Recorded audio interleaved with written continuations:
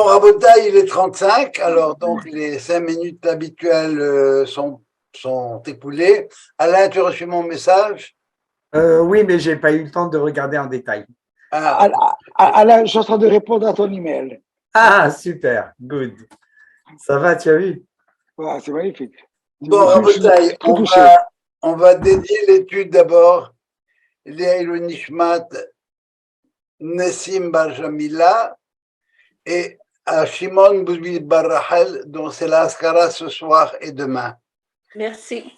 Et en même temps, on va faire ça pour la reprocher les mains de Noah Faïla Bat Sarah et pour la reprocher les mains de Esther Bat Fortuné. Est-ce qu'on peut ajouter Refoua chez les mains de Shalom Ben David Bobot? La reproche chez la main de Shalom Ben David Bobot. Voilà. Merci. Alors,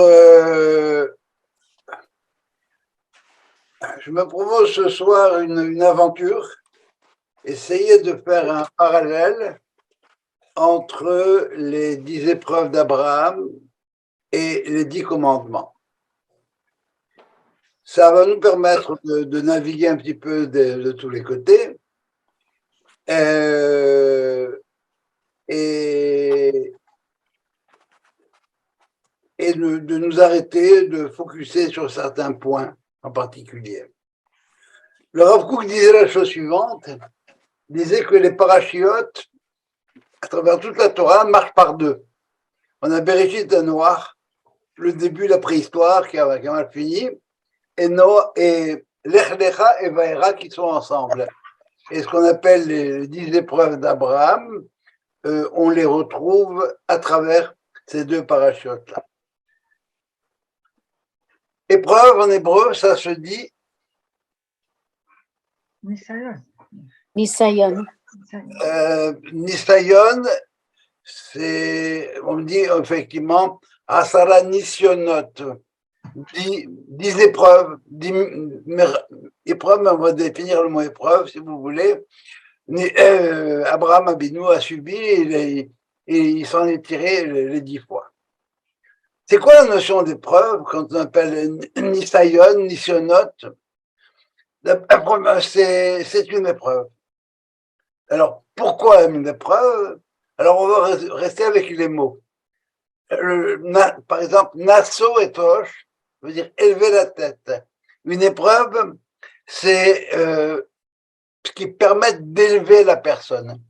Effectivement, chaque fois qu'on a traversé une épreuve avec succès, eh bien, on se sent pas mal. On se regarde plus gentiment dans la glace.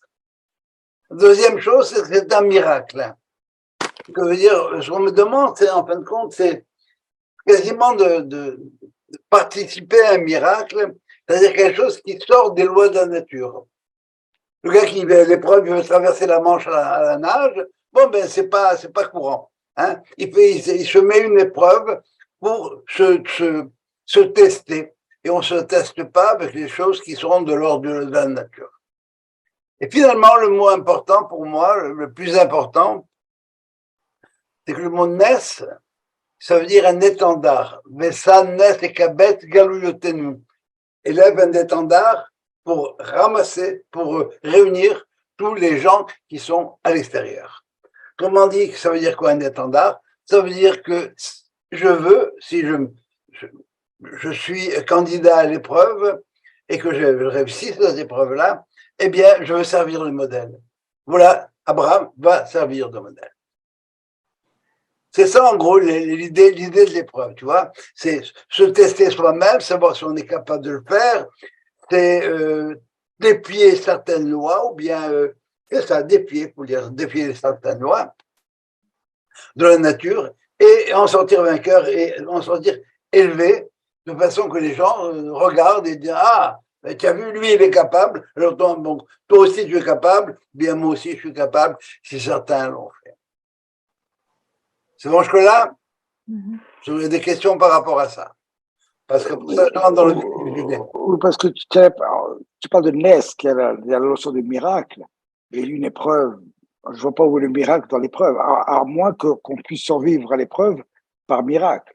Euh, non, non, parce que dans la liste des épreuves d'Abraham, on ne parle pas du fait de Urkazdim. Ah, On n'en parle pas. Alors, ok. quand je dis miracle, c'est dans le sens de dépier les lois de la nature. C'est ça un miracle. Quelque chose qui va contre les lois de la nature ou qui va au-delà des lois de la nature. Ça va, ça? Mhm. Question? Que vous sachiez que y a pas de consensus sur quelles sont les 10 épreuves d'Abraham. Vous avez Rashi qui en donne certaines, vous avez Barthénora qui donne d'autres, et vous avez Harambam, Mémonide, qui donne sa liste, et c'est la liste de Harambam que je vais suivre parce que, bon, c'est celle qui m'a le plus parlé. Alors, ce que je vais essayer de faire encore une fois, si on fait des épreuves, c'est bon, s'il y a 10 épreuves pour Abraham, le chiffre 10, ça renvoie à quelque chose qui est complet, qui en soi-même représente un tout. Ça va? Les 10 commandements, bon, c'est les 10 paroles, les 10 paroles de la création et tout ce que vous voudrez, c'est pour arriver à quelque part. Et la première épreuve, tout le monde n'est pas d'accord là-dessus, mais Maïmonide est d'accord, lui, par contre, il dit, la première épreuve, c'est l'Ech Lecha, pars pour toi. D'après vous, ce serait, une fois qu'on aura dit le premier, les autres vont venir tout seuls, ce serait à mettre en parallèle avec quoi? Avec lequel des 10 commandements? Ça ne veut pas dire que ce que vous allez dire est faux, attention là. Ça C'est veut ce dire qui dit, je te fais sortir d'Égypte parce que c'était l'exil. L'Herrera, c'est l'exil.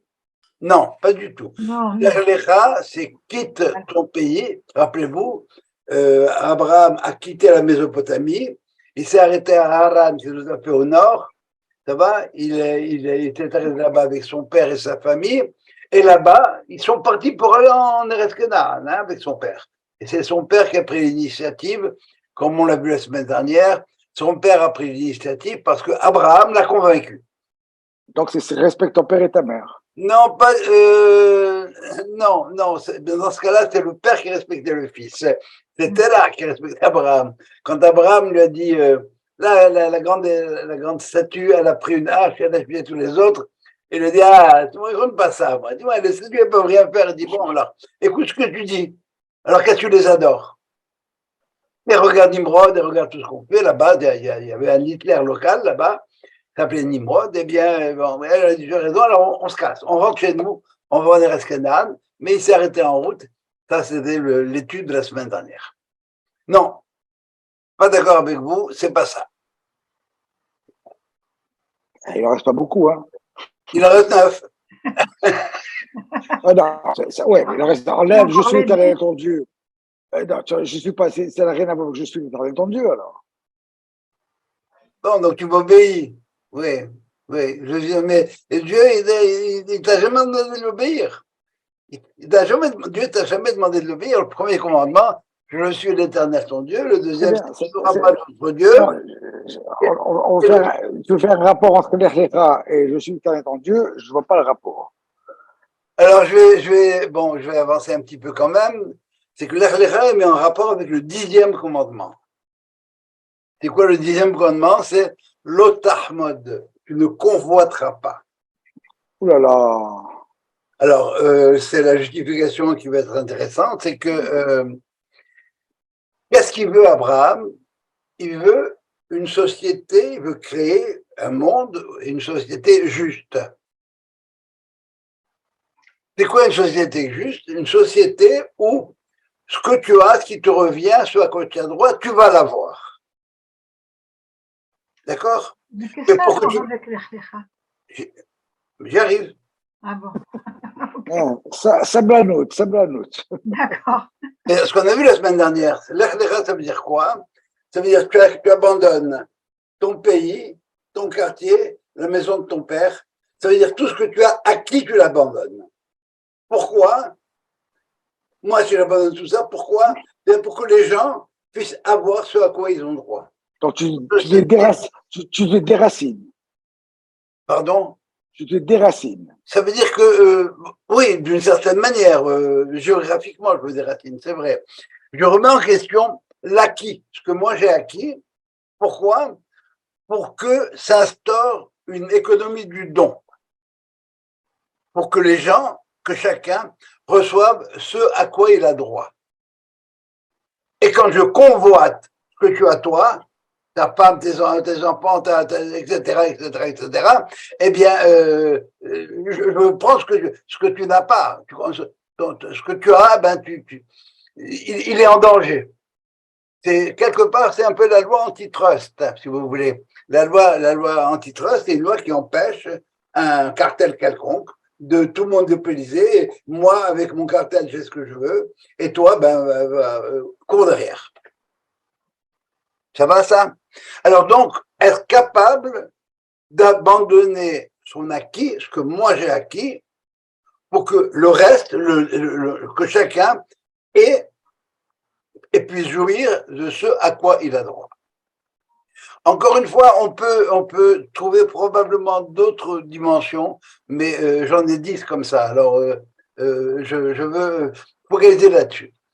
Pour moi, la logique est très, très convenable.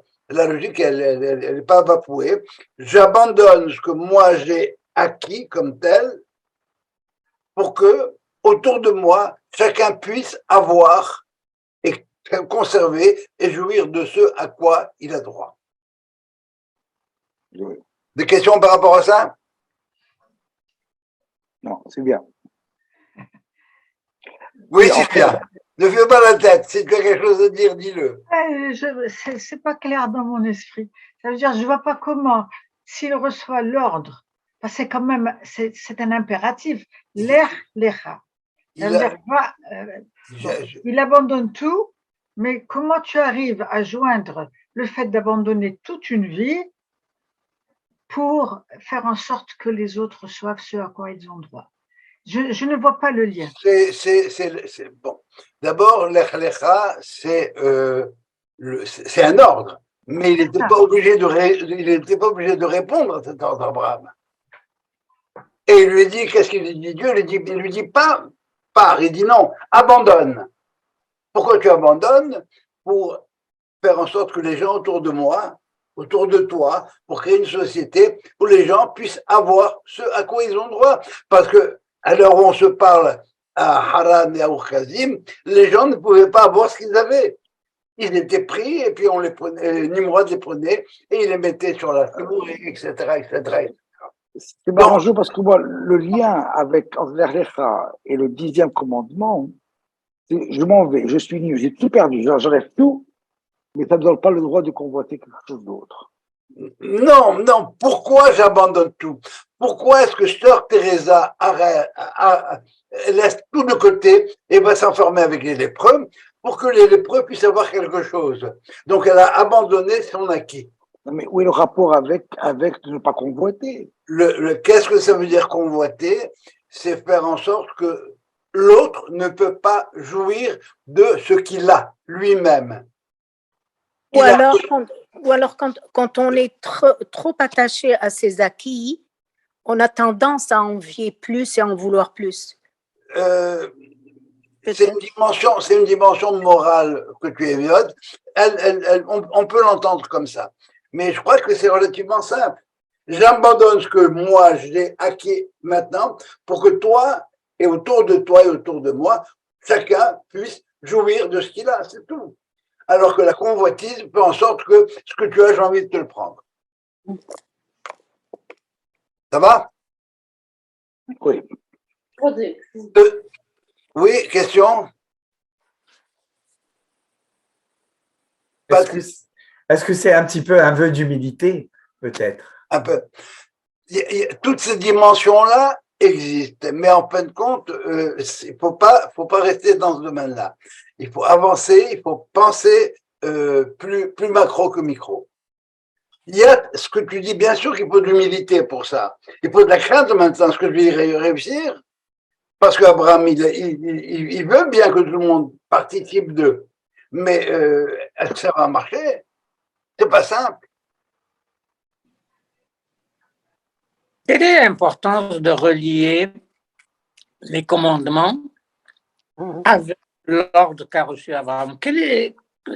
Pas l'ordre, les épreuves. Mais est-ce que les commandements sont des épreuves?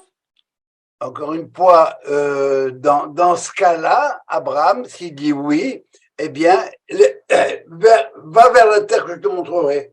Va vers ce qu'il faut faire. Est-ce que tu vas réussir? On verra bien. Si tu arrives, je te dirai que tu es arrivé. La terre où je me montrerai à moi, à toi, où tu te montreras à toi, etc. Si tu réussis, bingo. Sinon, heureusement, il a réussi. Mais encore une fois, c'est le chiffre 10 qui est important ici, le chiffre 10 qui montre quelque chose de global afin de réussir l'institution des 10 commandements dans le monde. Eh bien, si tu veux embarquer là-dedans, il faut que tu oublies ce que tu fais. Comme quelqu'un, encore une fois, qui rentre dans les ordres. Il veut aller avec Dieu, il s'enferme dans un ashram, ou dans une trappe, dans ce que vous voudrez. Mais c'est pas la même logique. Je vais vous bousculer un peu, on passe au deuxième épreuve, c'est que Abraham arrive dans le pays. Ça va? Et quand il arrive dans le pays, qu'est-ce qu'on voit? Vahir ra'av ba'aretz. Dans ce pays, il y a la famine. Waouh! Donc Abraham est obligé de partir. Avec quel commandement on associe ça? Un commandement sur lequel repose la foi, la émouna, parce que il arrive dans un pays et il y a la famine juste dans ce pays-là, pas dans les autres pays. Donc, il doit croire profondément que c'est là qu'il devait aller. Je sais pas. C'est là-bas qu'il devrait aller, mais avec quel commandement tu l'associes? On a 10 commandements. Alors la émouna, ça marche partout, c'est vrai, tu as raison, mais je veux un commandement spécifique. Moi, je dirais le premier commandement. Non. Le premier commandement, il va venir à la fin. Alors, je vous donne la clé. On va remonter les 10 commandements en partant du 10e pour arriver au premier. C'est quoi? C'est le 9e. Non, c'est bon. C'est le faux témoignage. Ouais. Notan, absolument. Tu ne feras pas tu ne feras pas de faux témoignages. Ça veut dire quoi? Moi, Dieu m'a dit d'aller en Israël. J'arrive là-bas et j'attends la panacée. Et qu'est-ce qu'il y a? Il y a une famine dans le pays. Est-ce que Dieu a trahi sa promesse? Je pourrais le croire. Est-ce que Dieu a les moyens de tenir sa promesse? Maintenant, je ne sais plus. Je suis arrivé là-bas. Abraham continue à croire.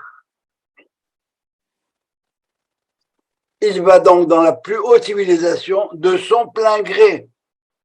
Il ne se dit pas, ce bon Dieu, il m'a promis la terre, est-ce une terre où il y a des caillasses? Il faut tout reconstruire. Par conséquent, ce qu'il m'a promis, c'est du bidon. C'est un bon Dieu bidon. Et il va quoi faire? Eh bien, il va continuer à propager le bon pays. Je réponds à la question, est-ce que Dieu a trahi sa promesse? Moi, Abraham, je réponds non. Est-ce que Dieu a les moyens de tenir sa promesse? Je réponds oui. Et ça, c'est malgré tout ce que je peux voir. Autrement dit, je ne témoignerai pas que Dieu, eh ben, il n'est pas capable de. Je crois que celui-ci est clair. C'est pas tellement, ça va arriver. C'est comme le père qui a promis à son fils de lui acheter après son mariage une maison. Il s'est marié, il dit papa, la maison, où elle est? Ben, il arrive et il voit un chantier. C'est ça la maison? Ben oui, mon fils, il faut la construire. Mais entre-temps, j'ai pas de maison. Ce que je vois, c'est un chantier, une grue et du ciment. Comment dit Dieu, Abraham continue à croire que Dieu lui a promis, malgré malgré l'état des lieux. C'est parallèle quelque part dans l'histoire qu'on a vue la semaine dernière à la Emouna. J'ai 90 ans, 100 ans, ma femme en a 90. Et tu me dis que je vais avoir un gosse? Ça va pas, non? Ben non, ça va très bien. Vehemin Bachem. On croit malgré les apparences contradictoires. Et comme dit Maïmonide, Ani ma'amin be'emuna shelema be'viat HaMashiach. Je crois il va venir.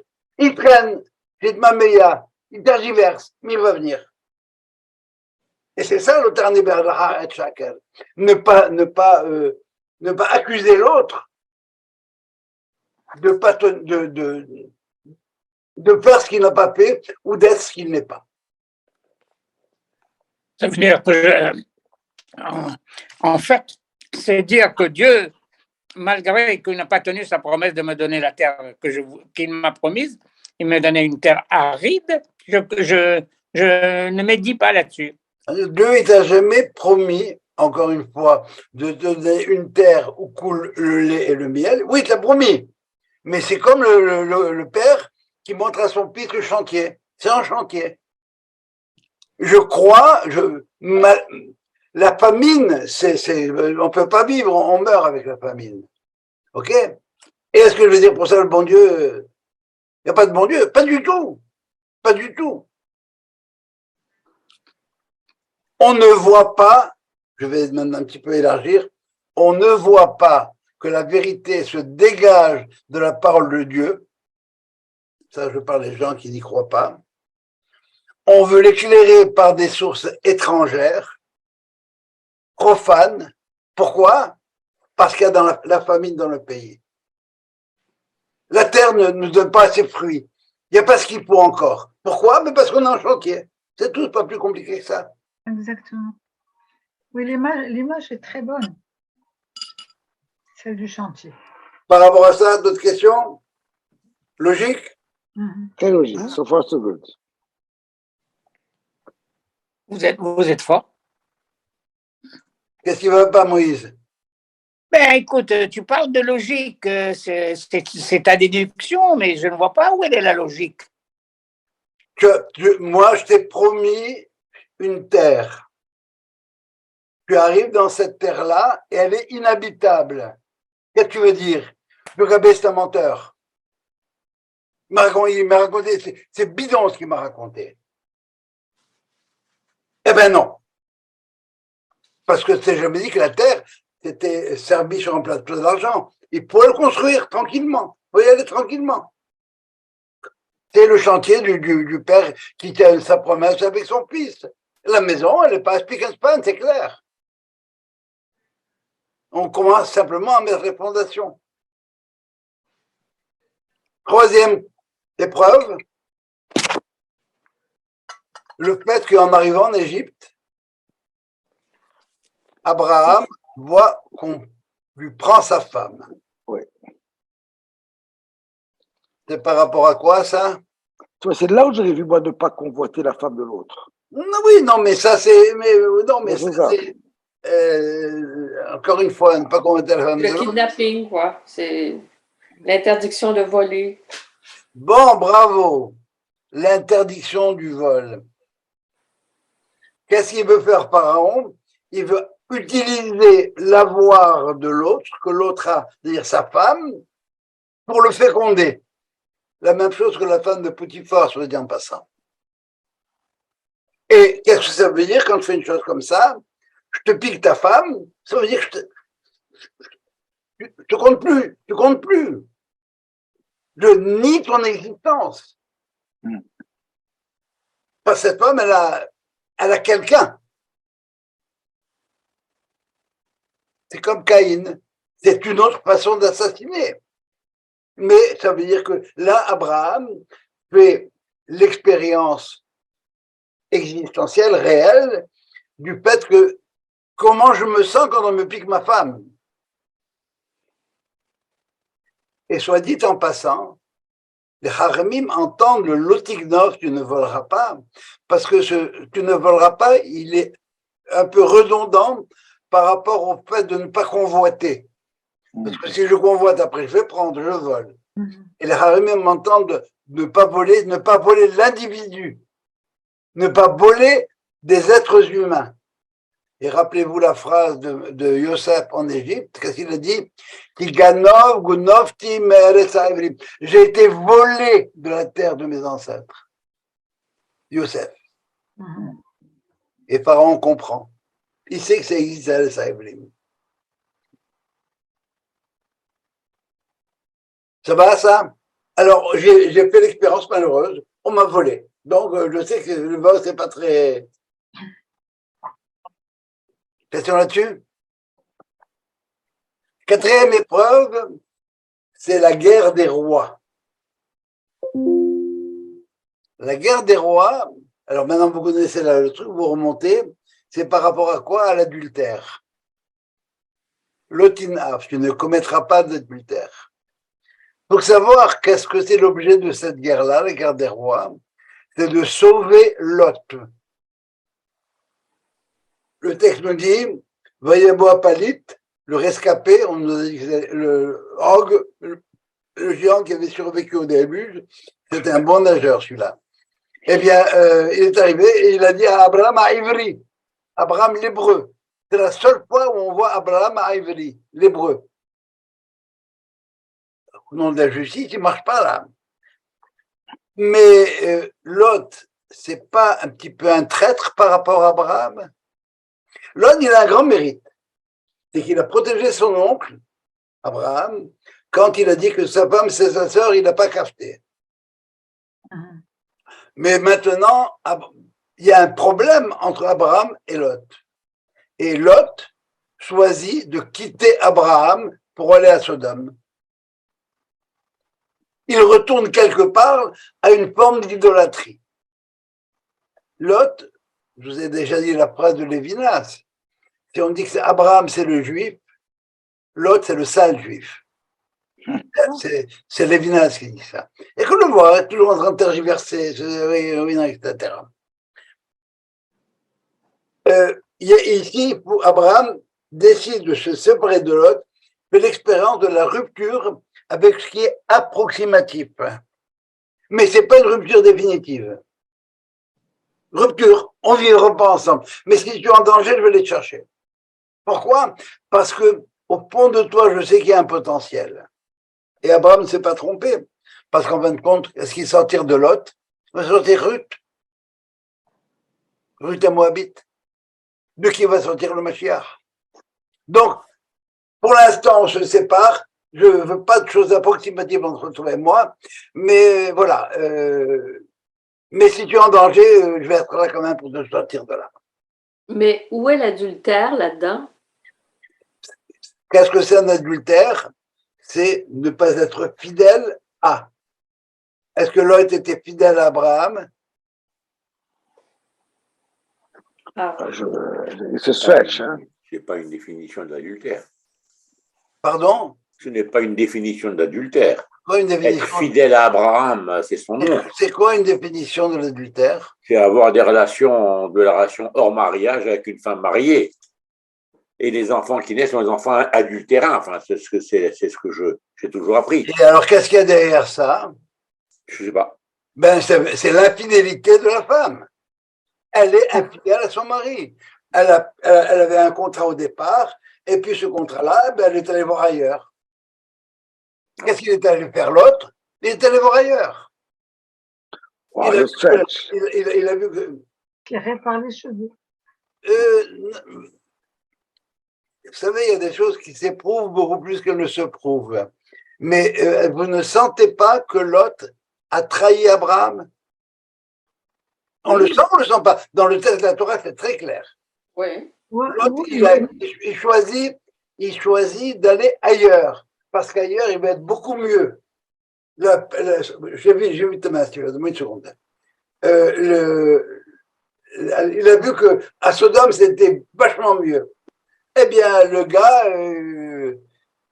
ou la femme, elle a vu que le mec en face, il était probablement plus attrayant à différents niveaux que son mari.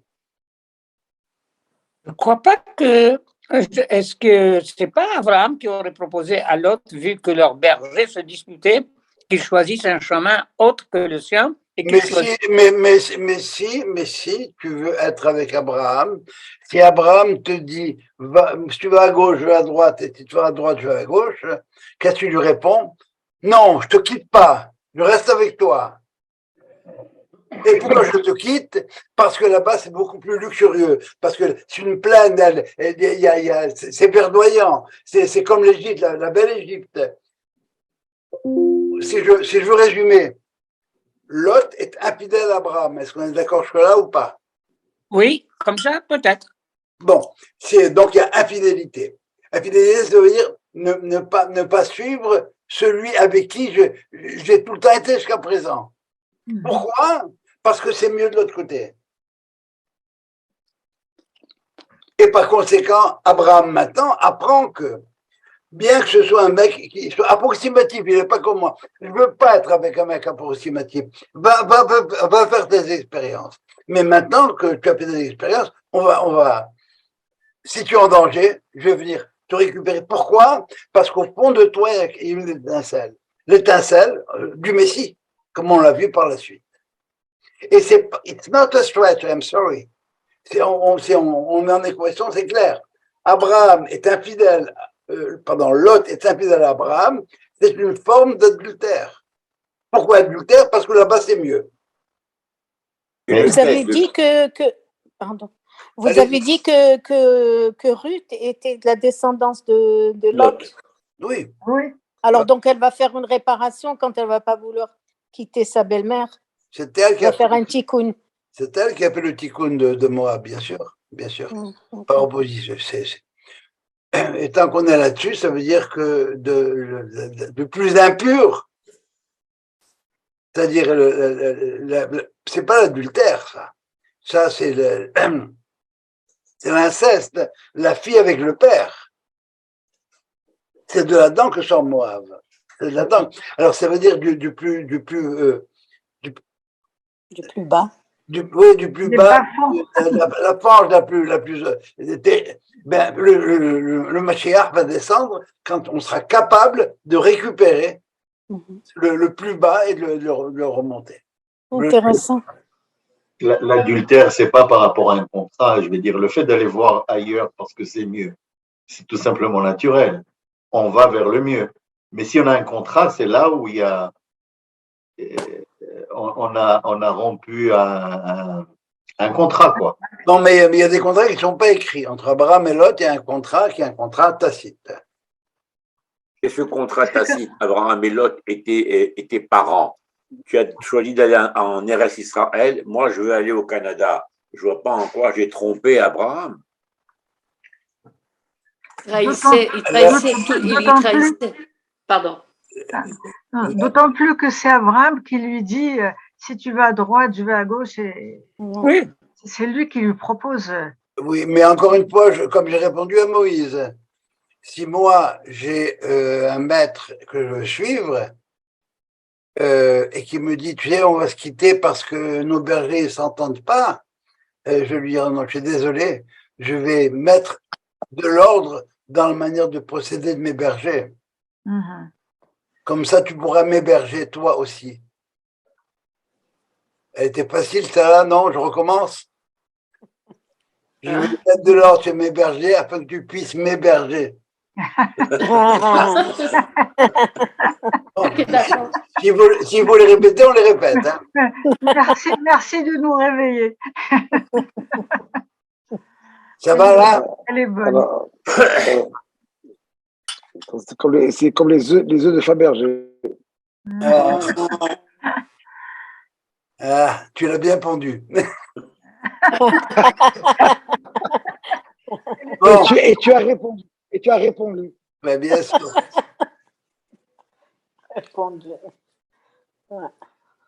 Ça va, ça?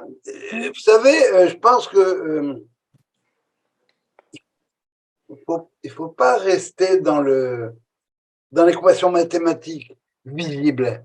Il faut dépasser ça. Il faut. Ce que j'adore dans ça, c'est que ça te force à sortir Oui, oui, absolument. Vous imaginez si on avait quelqu'un devant nous, on aurait travaillé sur chacun en vous demandant quel était le lien, et puis ils n'auraient pas marqué. Abraham, ça va? Cinquième épreuve, c'est Sarah qui dit, regarde, moi je ne peux pas avoir d'enfant.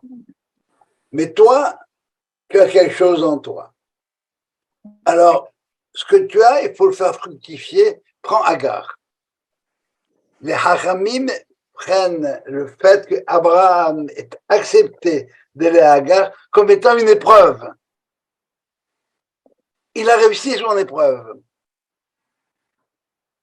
Ça veut dire quoi? Ça veut dire qu'on n'a pas le droit de tuer, mais on n'a pas le droit de laisser mourir les potentialités.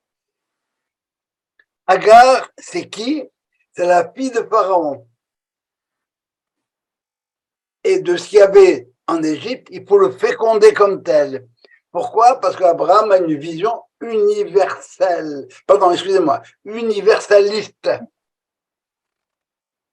Ce que vous expliquera la tendresse d'Abraham pour Ishmaël. Hein? Il va dire à un moment donné, l'eau Ishmaël, de grâce, qu'Ishmaël vive devant toi. Ne lui t'inquiète pas, ça va se produire comme ça. Et de quelle façon? Il va faire Teshuvah Ishmaël. On l'attend toujours, cette Teshuvah d'Ishmaël, mais en tout cas.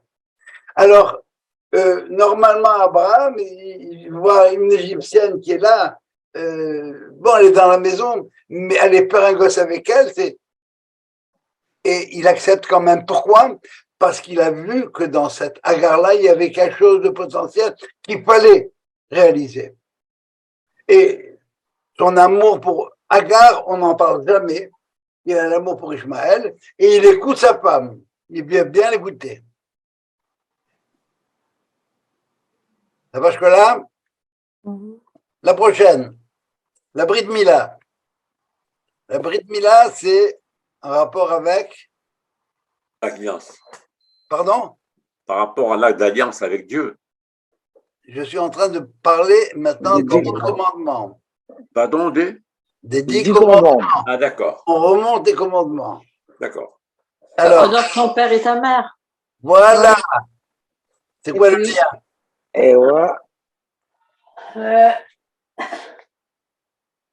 Non, le truc, c'est de dire, eh ben, je suis né d'un père et d'une mère et par conséquent, mon père était circoncis, donc c'est moi, etc.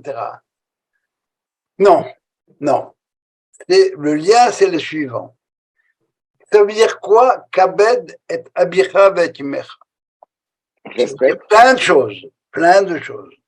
Honore ton père et ta mère. C'est pour ça qu'il fait dormir là-bas en Sibérie. Non. Honore, ça veut dire quoi? Kabed, ça veut dire c'est lourd. C'est ce qu'avait dit Bernard-Henri Lévy quand le kavod, c'est en même temps quelque chose d'une responsabilité. Ça pèse lourdement sur mes épaules. Prends au sérieux le fait que tu as un père et une mère. Ça veut dire quoi? Prends au sérieux le fait que tu as un père et une mère. Ça veut dire, prends au sérieux que tu fais partie d'une histoire, fais partie d'un projet. Et la marque de ce projet, c'est quoi? C'est faire partie de la gang. C'est quoi? C'est l'engendrement. Par quoi se fait l'engendrement? Par la Mila. C'est quoi faire la Brit Mila? C'est quoi? À partir de maintenant, avant la Brit Mila, je peux engendrer Ishmaël. Mais après la Brit Mila, mes engendrements, je fais plus des gosses. Je vais dans le sens de l'engendrement du Ben Adam, du Mashiach. J'ai conscience que je fais partie d'une chaîne, et cette chaîne-là, elle est reliée par quoi? Par l'alliance. C'est quoi l'alliance? C'est la Brit Mila. Pourquoi? C'est une alliance physique, physiologique, parce qu'il s'agit de mettre au monde des vrais êtres humains. Et c'est pas n'importe qui que je vais mettre au monde. Ça va aller dans ce sens-là. Question?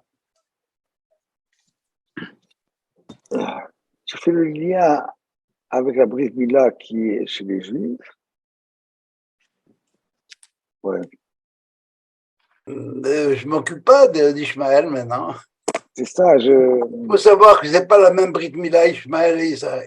oui, effectivement. Parce que chez nous, on enlève deux peaux. On enlève le prépuce et la muqueuse qui est au-dessus. Pour ça qu'il immole et immole deux fois. Ishmaël, il coupe simplement le prépuce. Chez nous, c'est la Mila, le prépuce, et après ça, la Plia. La Plia, c'est le fait d'enlever la muqueuse qui est autour. Et c'est cette muqueuse-là, quelque part, qui est quelque part la clipa. Ça va, la clipa, c'est l'écorce qui empêche le fruit, etc. Alors, je crois que le lien avec la Mila, il est relativement clair de mon point de vue. Oui. Il est plus évident. Prends au sérieux, je répète, si tu dis honore ton père et ta mère, ça veut dire, bon, ben papa, n'oubliez pas la fête des pères et tout ça, c'est bon, mais il y a tout ça, mais c'est secondaire. Prends au sérieux le fait que tu as un père et une mère. Ton père, il est circoncis. Toi, tu es circoncis. Pourquoi? Parce que vous ne faites plus des enfants. Vous engendrez le Mashiach pas à pas. C'est ça la Brit Mila. Et c'est pour ça que le Kabed et Abicha et Imecha, il est à la jonction des premières tables et des deuxièmes tables. Première table, c'est les rapports entre l'homme et Dieu. Et deuxième table, c'est les rapports de l'homme avec l'homme. Et Kabed Abicha, c'est entre les deux. Il y a la dimension respect des parents, mais en même temps, la dimension là, par rapport à Dieu. Pourquoi? Parce que eux et moi, on a le même projet.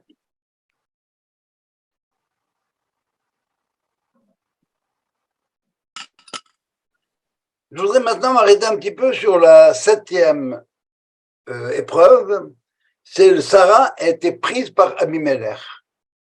Lorsque Abraham arrive dans le territoire de Gaza, et lui et sa femme, ils disaient, bon, mais c'est mon frère, c'est ma soeur, c'est mon frère, c'est ma soeur. Tout le sème du frère de la soeur, on n'est pas juste mâle et femelle, on est en même temps frère et sœur. Alors à ce moment-là, Abimelech, le roi, ben c'est ta sœur, je la prends. C'est un peu ce qu'on fait les goyim avec Israël. La Torah, on se balade en grandouillère avec la Torah, c'est ta femme ou c'est ta sœur, on leur dit c'est les deux. Ah ben si c'est ta sœur, je la prends, et puis ils en ont fait ce qu'ils en ont fait. Voilà ce que dit Abimelech. Dieu va voir Abimelech et lui dit, qu'est-ce que tu as fait? Tu as pris la femme de cet homme? C'est pas sérieux du tout. Pam, pam, pam.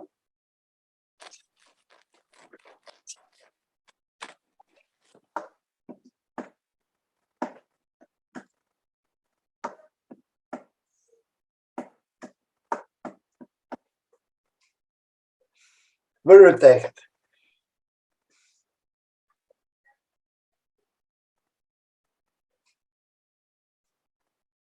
Alors, Abimelech n'a pas pu toucher, c'est au chapitre 20, verset 4 et suivant. Je traduis rapidement. Abimelech n'a pas pu approcher Sarah et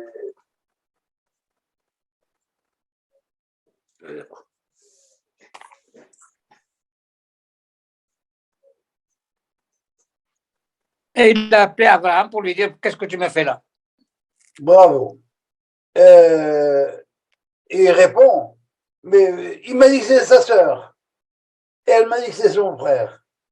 Alors voilà ce que dit le texte, il dit, Betom levavi, avec la pureté de mon cœur, ou Nikayon kapi, et la propreté de mes mains, je fais ce que je fais. C'est sa sœur, alors j'ai le droit, pourquoi je n'aurais pas le droit? Et Dieu lui répond, dans le vers, toujours dans le rêve, moi aussi je sais que tu fais ça avec la pureté du cœur. Pureté du cœur. Et c'est pour ça que je t'ai empêché de la toucher. Mais Dieu lui dit, on ne parle pas maintenant de la pureté de tes mains. Tes intentions sont bonnes, mais la pureté de ton cœur, j'ai des doutes.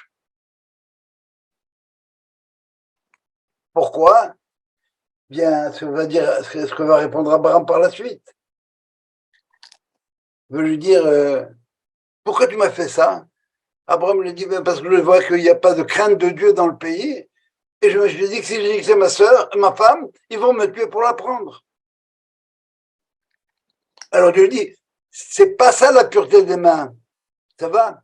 Comme les babis, la pureté de ton corps, j'en doute pas. Mais tes mains propres, tu n'as pas les mains propres. Pourquoi? Parce que quand quelqu'un vient dans ton pays, ne lui demande pas c'est qui cette femme-là. Demande-lui de quoi il a besoin. Et par conséquent, votre culture, elle est pas très cachère, votre culture. Alors, ce qui est intéressant, c'est là-dessus que je voulais m'arrêter. Alors, ce que dit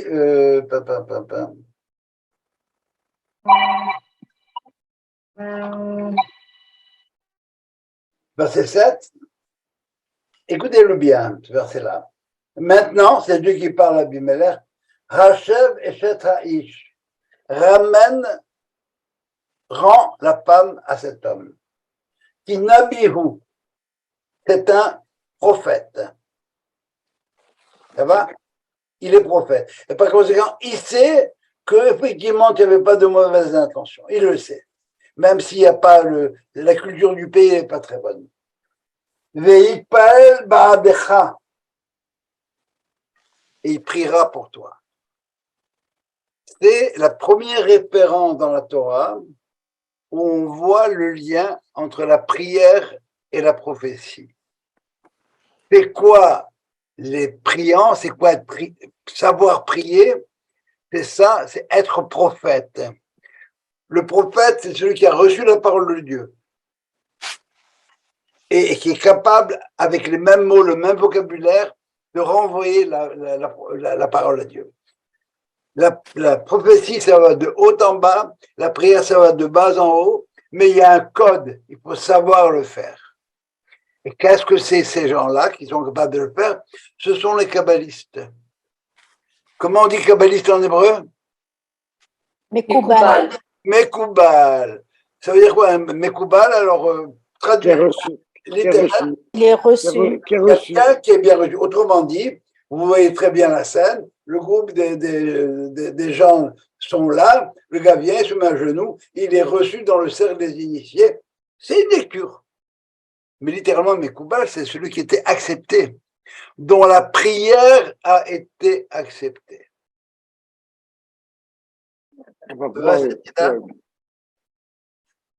Alors, comme a dit Abraham, s'il n'y a pas la crainte de Dieu, eh bien, à ce moment-là, ça peut amener au meurtre. Et ça, c'est par rapport à quoi? C'est par rapport à Shabbat. On a déjà étudié ça plusieurs fois, je pense. La dimension de Shabbat. Qu'est-ce que je fais Shabbat? Shabbat, j'ai le temps de vous parler et vous avez le temps de m'écouter et de me parler aussi. Shabbat, je passe du monde de la chose au monde de l'être. Toute la semaine, je suis avec mes ordinateurs et tout ce que vous voudrez. Shabbat, je suis avec les gens avec qui je suis. Shabbat est le rapport de l'homme avec l'homme. Je retrouve l'homme. C'est pour ça que si vous étudiez, on a déjà fait l'exercice, si vous étudiez la première Mishnah de Shabbat, à quel moment Shabbat est transgressé si je prends quelque chose et je le mets dans la main? C'est violé. Si je prends quelque chose et que je te le propose et que tu le prends, Shabbat, effectivement, c'est le fait que c'est qui est le premier à avoir fait Shabbat? C'est Dieu. Pourquoi il a fait Shabbat? Pour que je puisse moi fonctionner. Parce que si Dieu est encore dans la création du monde, s'il continue à manipuler le monde, en ouvrant la porte, je peux me trouver devant un précipice. Donc, pour me laisser de la place, à moi, Dieu s'arrête de travailler. Respect de l'autre être et lui laisser avancer à sa guise. C'est ça, Sarah, qui est prise par Abimelech. L'autrement, il a, je le prends ou je le prends pas, peu importe, je fais ce que je veux. Mais s'il n'y a pas Ilat Elohim, ça ne marchera pas du tout. Ça va? Antipénultième. Huitième, c'est le renvoi de Hagar. En renvoi de Hagar, c'est par rapport à quel commandement? Lotissa et Shem Hashem Elocha Lashav. Ne pas prononcer la parole de Dieu en vain. Pourquoi est-ce que Hagar a été renvoyée? Ben parce qu'elle est arrivée, avec Sarah lui a donné Abraham comme époux, et dès qu'elle a vu qu'elle était enceinte, elle a commencé à lever le nez sur Sarah. Ne pas prétendre être au service de Dieu, parce que si elle est venue avec Abraham, c'est qu'elle veut être au service de Dieu. Et être complaisant avec les approximations insolentes. Elle est devenue insolente.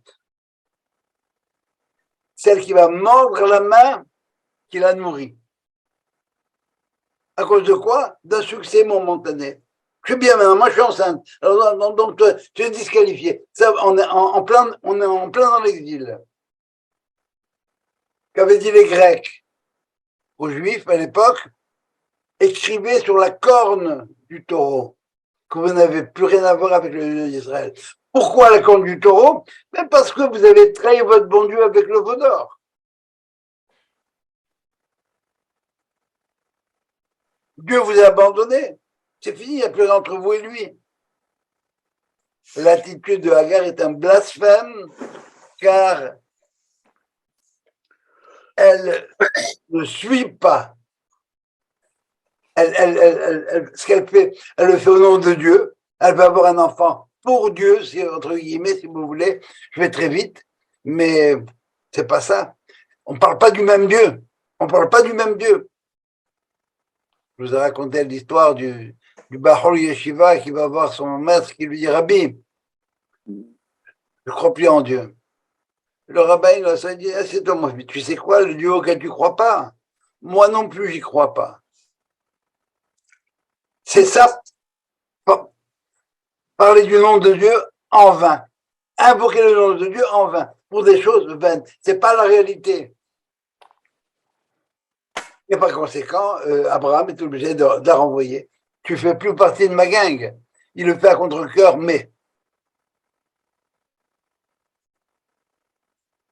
Et l'avant-dernière, c'est le renvoi d'Ishmaël.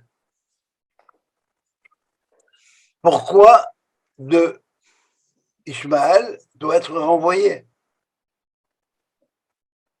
Parce qu'il est Metzahek. Metzahek, ça veut dire quoi? C'est en train de rire au présent. Vous vous rappelez de nationalisation du canal de Suez? Ouais, le rire carnassier de... Bravo, le rire carnassier de Nasser. Nasser. C'est le rire grossier. Être capable de rire dans l'état du monde, c'est une forme d'idolâtrie. Le deuxième commandement, c'est-à-dire l'avant-dernier, c'est « Tu n'auras pas d'autre Dieu que moi ». Un Dieu parfait ne peut pas créer le monde imparfait que nous avons devant nous. Ce serait un Dieu monstrueux. Et être capable de rire dans l'état du monde, eh bien, c'est ne pas croire que ça veut dire qu'on est arrivé au bout. Bingo, on y est, alors je ris, je m'éclate. Le Gemara me dit qu'il est interdit à l'homme de remplir sa bouche de rire dans la mazet, tant qu'on n'est pas atteint le but final. Et c'est pour ça que Sarah commence à rire. Et que pour Abraham rit, pourquoi? Parce qu'il y a un début, il y a un embryon de chemin qui mène vers. C'est ça Yitzhak. Yitzhak, c'est celui qui va rire au futur. Alors que Ishmaël est celui qui est Metzahek, il rit aujourd'hui. Et c'est à mettre en parallèle avec sa mère, cela étant dit. C'est quoi, parallèle avec sa mère? Eh bien, c'est sa mère. Elle était bien maintenant, dans l'état actuel. Moi, je suis enceinte. Toi, tu n'es pas capable d'avoir de gosse. Alors, va de là, casse-toi. Non. C'est momentané. On est en chemin. le rire carnassier de Nasser, le rire carnassier d'Ishmaël. Je ne rentre pas dans le Midrashim qui vont rendre compte de ça, mais c'est ça, le Yelecha Elohim Acherim, que tu vas fonctionner avec des divinités qui ne sont pas la bonne. Tu ris dans ce monde-ci parce que tu ne crois pas que c'est le bon Dieu, avec un grand B, un grand D, qui a créé ce monde-ci. Et par conséquent, ce monde-ci, dans l'état où il est, je ne peux pas rire.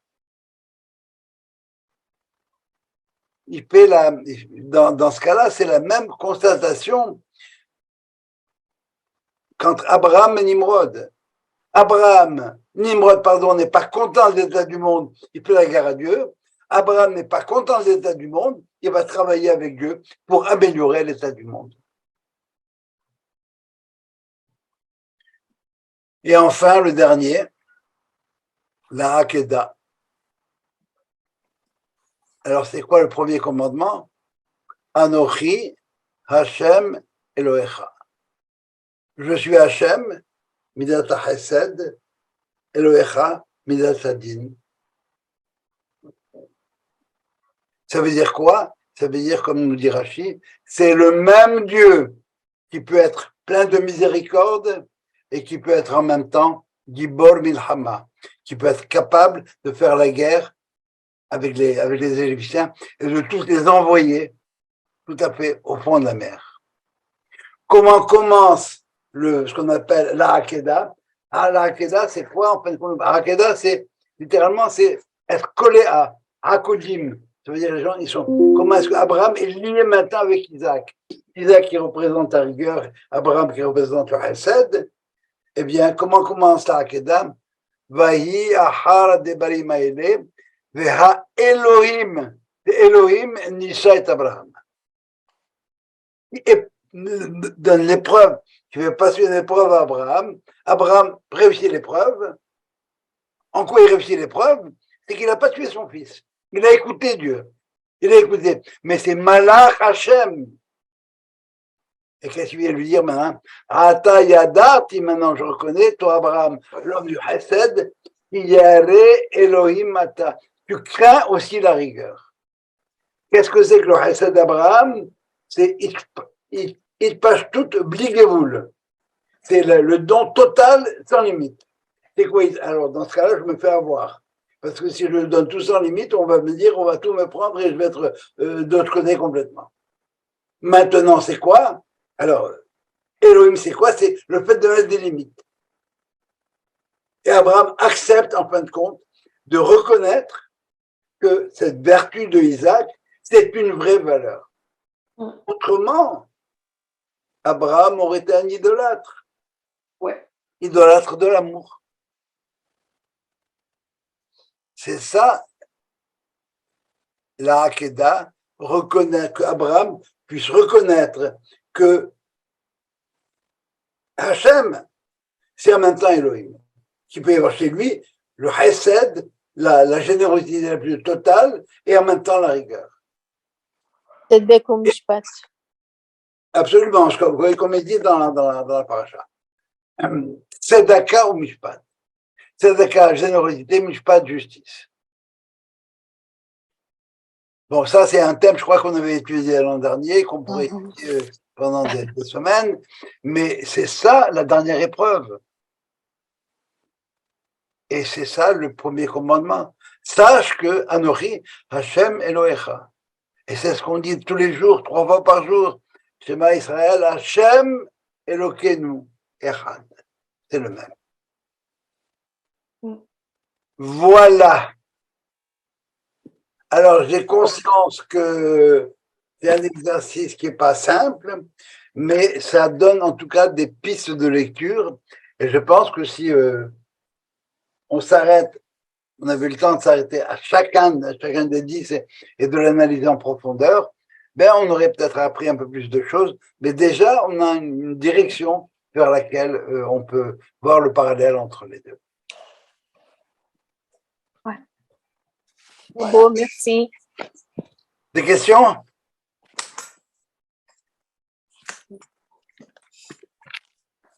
C'est bon, merci. Encore une fois, j'ai réprouvé ce soir. J'ai donné des pistes de réflexion. Mais en tout cas, ça me paraît très intéressant. Hyper logique. Ça jette à la fois un éclairage sur l'événement et en même temps sur les commandements eux-mêmes.